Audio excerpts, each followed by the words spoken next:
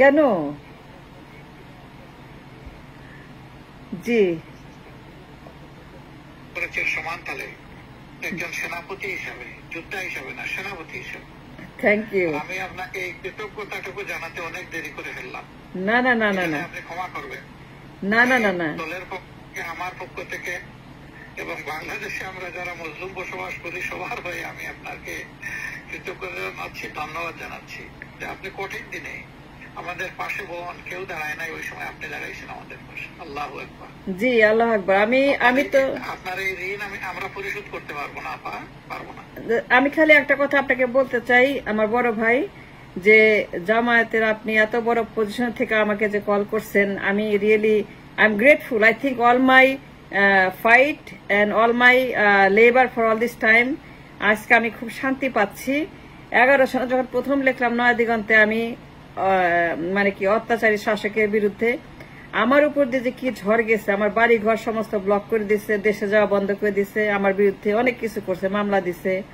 তো আমার একটা কথা আছে, এখন আপনারা কেন ভাইয়া, কেন আপনার শহীদ পরিবারদেরকে হাইলাইট করে মীর কাসেম আলী, তার ছেলে, তারপরে শহীদ যারা হয়েছে গোলাম আজম স্যার, তার পরিবার, তার ছেলের সঙ্গে আমি দেখা করছি, ব্যারিস্টার আজমির, মানে ব্রিগেডিয়ার আজমির সঙ্গে আমি দেখা করছি, আমার তাদের সঙ্গে যোগাযোগ আছে। কামরুজ্জামান, যার বিরুদ্ধে আমি সাক্ষী দেই নাই বলে আমার বিরুদ্ধে এত তারা অত্যাচার করছে, তো এই পরিবারগুলোকে একটা সেপারেট ট্রাইব্যুনাল করে আমি সাক্ষী দিতে চাই, আমি যাইতে চাই।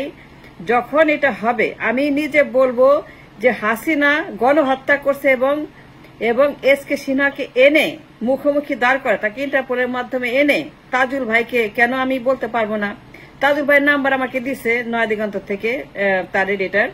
তো আমি চাই কি যে এসকে সিনহাকে দেশে আইন ইন্টারপোলের মাধ্যমে দুইজনকে মুখোমুখি দাঁড় করে প্রশ্ন করা হোক যে এসকে সিনহা কি বলে আর ওই হাসিনা কি বলে, এবং এই মানুষগুলো যে খুন করছে, আমি যে তার মাঝখানে একটা সাক্ষী।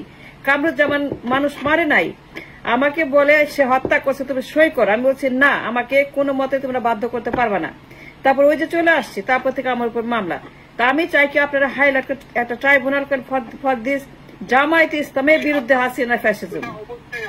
অবশ্যই উদ্যোগ নেব। আপনি ইনশাআল্লাহ জানবেন, আপনার দোয়া লাগবে, পরামর্শ লাগবে, সহযোগিতা লাগবে। আমি সাক্ষী দিতে চাই কামরুজ্জামানের পক্ষে, শহীদ পরিবারের পক্ষে, মীর কাসেম আলীর পক্ষে, গোলাম আজম স্যারের পক্ষে, সাইদি স্যারের পক্ষে। আরেকবার কৃতজ্ঞতা, আরেকবার ধন্যবাদ। আল্লাহ আপনাকে হায়াত বাড়িয়ে দিন এবং সেই দিনটা দেখার অপেক্ষায় আমরা থাকলাম, যেদিন খুনিরা কাঁদবে এবং মজলুমরা হাসবে। জি স্যার, এসকে সিনহার ব্যাপারটা আমি আবার হাইলাইট করে বলবো, তাকে নিয়ে আসেন, আমি সাক্ষী দিতে চাই। I want to stand on the card করা এবং বলতে চাই যে কামরুজ্জামানদেরকে খুন করা হয়েছে এবং সেই জন্য তাকে লটকাইতে হবে 100 বার ঢাকা স্টেডিয়ামে। সেখানে উৎসব করব, আমরা নিজের মঞ্চ করে সেখানে হাততালি দিব, আমরা মিষ্টি খাবো, আমরা সেখানে নতুন মঞ্চ করে আমরা সেখানে উৎসব করব যে এই মহিলা যে সর্বনাশ করছে এই দেশের। এবং থ্যাংক ইউ স্যার। আমি আবার যাব 2 মাসের মধ্যে, আবার যাব, আমি যোগাযোগ করবো নয়া দিগন্ত অফিসে আপনার সাথে। আপনার ফোন নাম্বার আছে?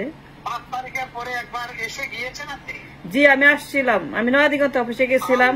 আমরা জানলাম না, আমরা জানলে তো একটু দোয়া নিতে পারতাম। জি জি জি, আমি এইবার গিয়ে উৎসব করব, আমি সেখানে সবার সঙ্গে দেখা করব। আমি আসলে লো প্রোফাইল ছিলাম, কারণ কি আমাকে ব্ল্যাক লিস্ট করছিল, ঢুকতে পারি নাই। তো তারপরে বাড়িঘর বদ্ধভূমি বানায় ব্লক মারি দিছে, এইগুলা ঠিক করছি। এখন আবার যাবো, এরপরে যে আপনাদের সঙ্গে ইনশাআল্লাহ দেখা করবো। ইনশাআল্লাহ ফ্যামিলি সবাইকে আমাদের সালাম দিবেন। জি, আল্লাহ আপনাকে সুস্থ রাখুন এবং আবারও কৃতজ্ঞতা আপনার প্রতি, আপনার ভূমিকার কারণে।